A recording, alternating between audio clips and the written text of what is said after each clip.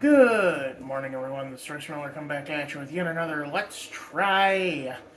And today on the docket, we're going back to the Colonel. Don't get too excited. This is almost empty. I just didn't want to grab a plate for what is going to be a very small Let's Try. Um, so I was picking up dinner for me and my cousin, my brother, the other day, and I asked them and they asked me if I wanted any sauce with my chicken strips, and I'm like, well, what kind do you have? And they said, oh, we got barbecue, we got ranch, we got KFC sauce, we got honey mustard. And I said, KFC sauce, what's that? And he said, well, it's our 11 herbs and spices made into a sauce. And I'm like, well, hot dog, I'll have that. So here we are. It's finger licking good.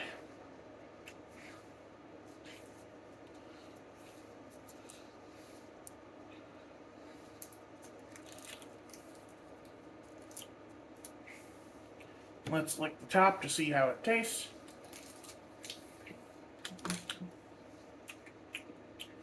Immediately, doesn't taste anything like their 11 herbs and spices. It's sweet. He thinks I might have been lied to. Maybe I should have Googled this beforehand to see what it was, because I was taking them at face value. Like, why would I have reason to doubt the friendly KFC cashier? Ah, well. Here we are. At least it's an excuse to eat some KFC chicken. That's cold, but you know.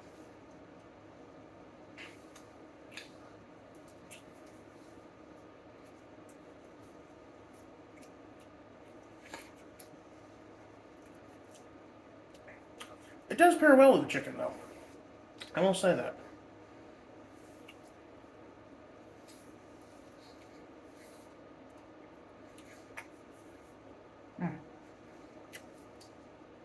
Right here, we got a crispy bit here. Let's try that.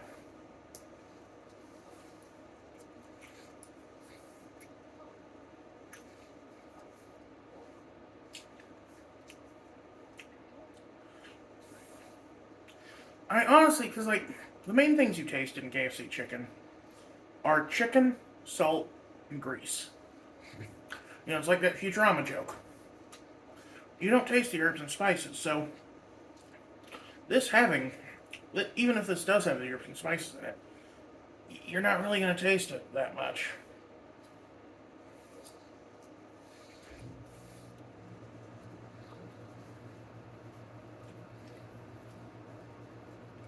Mm.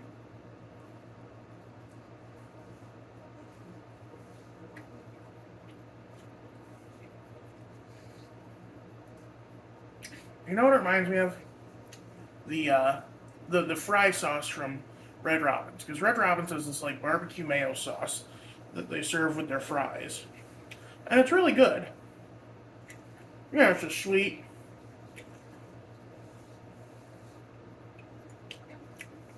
and zesty sauce that you dip your fries in, kind of like a Thousand Island, but a little sweeter. Well, no, Thousand Island is honestly probably a lot sweeter. Ketchup has so much sugar in it. Then again, so does barbecue sauce. Then again, ketchup is made from, or barbecue sauce is made with ketchup. That's a confusing comparison to make.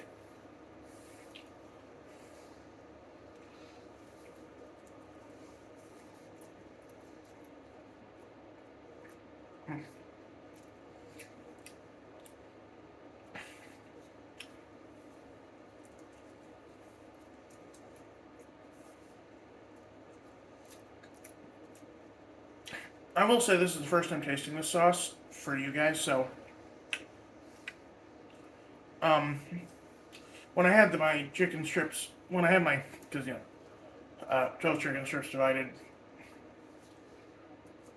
or no, I got a 16 piece.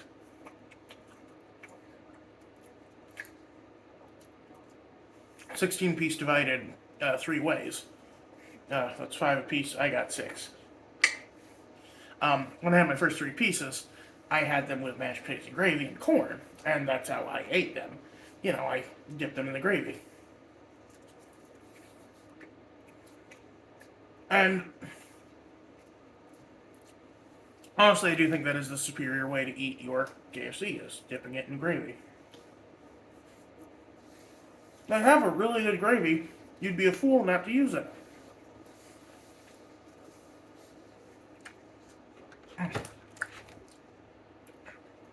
I really should have saved all 6 pieces, though, because I'm going through these 3 way faster than I thought I would. I'm trying to be good. I'm trying to be good.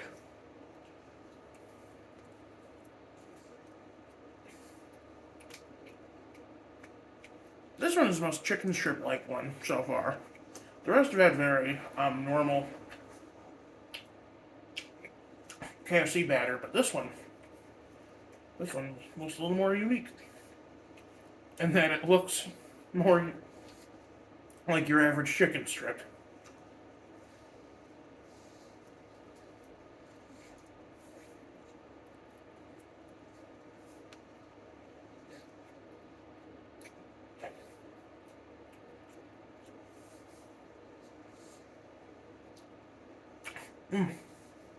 I shouldn't call them strips. They're called tenders. And it's weird because it's specifically because it's a part of the chicken that gets cut off when you break the chicken into 8 pieces. Um, there's this little strip of muscle called the tenderloin along the front of the breast.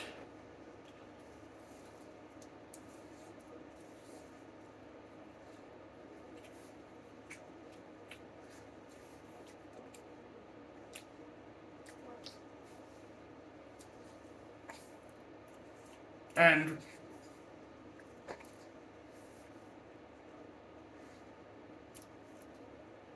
most of the time, that is what you're getting.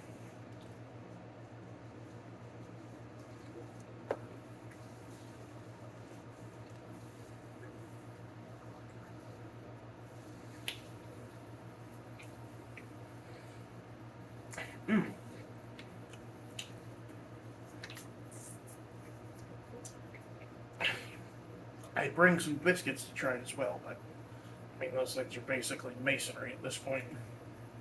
Like, a KFC biscuit needs to be consumed immediately, otherwise it turns into a brick.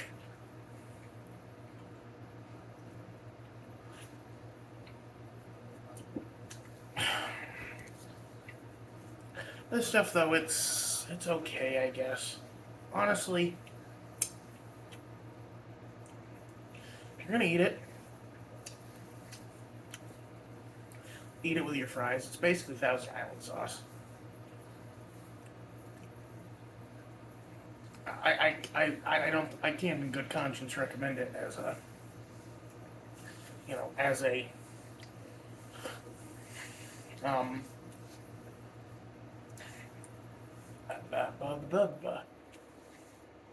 dipping sauce for your chicken. It doesn't work. It needs more gravy. Gravy, the gravy is the key. The spice melange of KFC. Um, no, I'm probably not gonna go see Dune 2. I don't like Dune. Well, first off, I didn't see the first one. Secondly, it's not really my thing. I prefer lighter fare with, like my dad's always like, "Oh man, this is the real sci-fi, Royce. This is anything else you ever read is kid stuff compared to Frank Herbert's Dune."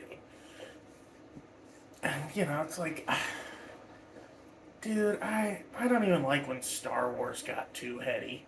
I didn't like the expanded Star Wars universe. I just liked when Darth Vader did stuff, and when Obi-Wan does the Jedi mind trick on a drug dealer.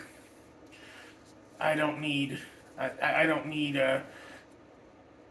Paul Atreides' son turning into a giant effing worm. Paul Atreides' son literally says, "Father, would you still love me if I were a worm?" I don't know what the answer to that was. But apparently the books are like, and this is me quoting from Bryn Daniel. The books of Dune are about prophecy being absolute BS, and Paul Atreides specifically ruining his life in pursuit of the prophecies. Or in pursuit of a prophecy, I don't know. Which is, a fine thing to have, especially in science fiction, which usually does lean a little more, like, cynical, atheist, if you will. And, and prophecies are a very religious thing. They require a lot of faith, they require a definite amount of mysticism. I mean, hell, even the Bible has a prophecy in it. It says that Jesus will return one day, and kill the devil with a sword of fire or something. I forget what the actual Revelations is. But I don't know. It's like I said, I'm not really in, and even more than that, I like science fantasy. Not a big fan of science fiction. That's again Star Wars or Leviathan. If y'all ever read the works of Scott Westerfeld, which again that's YA fiction, so it's not that heady. It's an interest, but honestly, I think probably and even the whole prophecies being BS thing.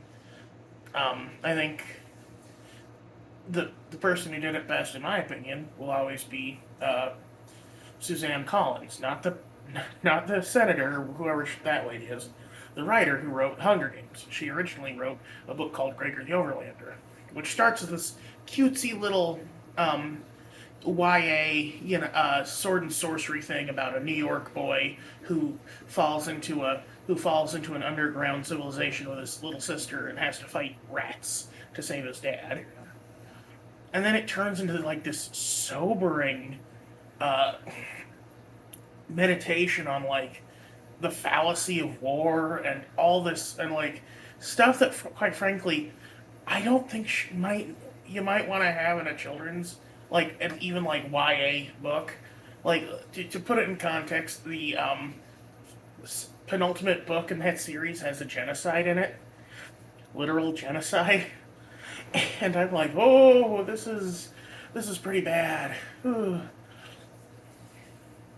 And it's an absolute whiplash to that one because it starts with going to birthday parties and stuff. Anyway, you all have a good one. This is Royce Miller. I'm outie.